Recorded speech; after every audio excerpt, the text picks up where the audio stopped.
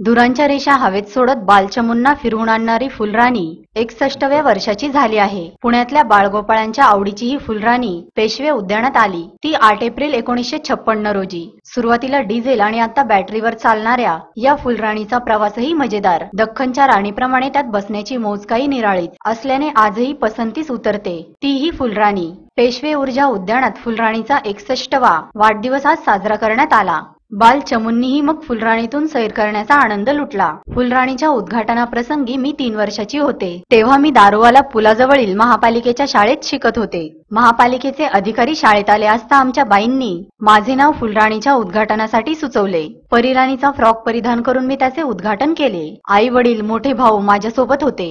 आजही माझ्या नावाची तेथील पाटी पाहिली की आठवणी दाटून येतात अशी भावना पूर्वाश्रमीच्या वसुंधरा डांगे आणि आत्ताच्या सुगंधा शिरवळकर सांगतात। वाढदिवसानिमित्त फुलराणीने चिमुकल्यांना चक्क मोफत सैर घडवली। यावेळी फुलराणी समोर महापौर व लहान मुलांनी केकही कापला आणि फुलराणीचा वाढदिवस मोठ्या उत्साहात साजरा केला। संवाद पुणे तर्फे फुलराणी सजवण्यात आली होती। पूर्ण दिवस मोफत प्रवास मुलांना करण्यात येणार आहे असं महापौर यांनी सांगितलं।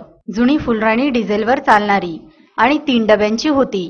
आत्ताची फुलराणी 4 डब्यांची असून बॅटरीवर चालते। नवे तंत्रज्ञान वापरून अनेक बदल करण्यात आले आहेत। फुलराणीस एक इंजिन व 3 बोगी आहेत। एका वेळी सुमारे 27 जण बसू शकतात। काही महिन्यांपूर्वी फुलराणी काही दिवस बंद होती, त्यामुळे वाढदिवसाच्या मुहूर्तावर सुरू झालेली फुलराणी पुन्हा रुसणार नाही ना असा प्रश्न चिमुकल्यांना पडला होता व जास्तीत जास्त वेळ वाढवून दिला तर नक्कीच मोठी गर्दी झाल्याशिवाय राहणार नाही। आज हा खरंच दुर्मिळ योग आहे की फुलराणीच्या वाढदिवसाच्या निमित्ताने ज्यांनी सगळ्यात पहिल्यांदा या फुलराणीचं उद्घाटन केलं त्या सुगंधाताई आज उपस्थित आहेत।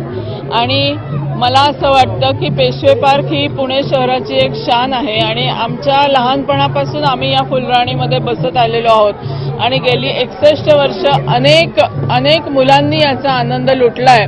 ही फुलराणी अधिकाधिक समृद्ध करण्याचा आमचा पुढच्या काळामध्ये प्रयत्न असणार आहे।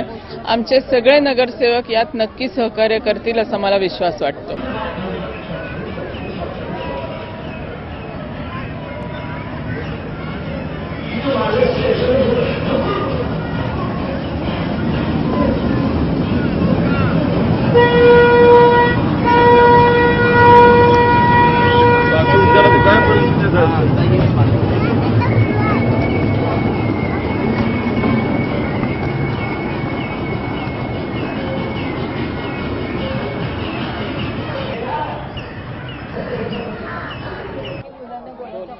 पुण्यातील पेशवे उद्यान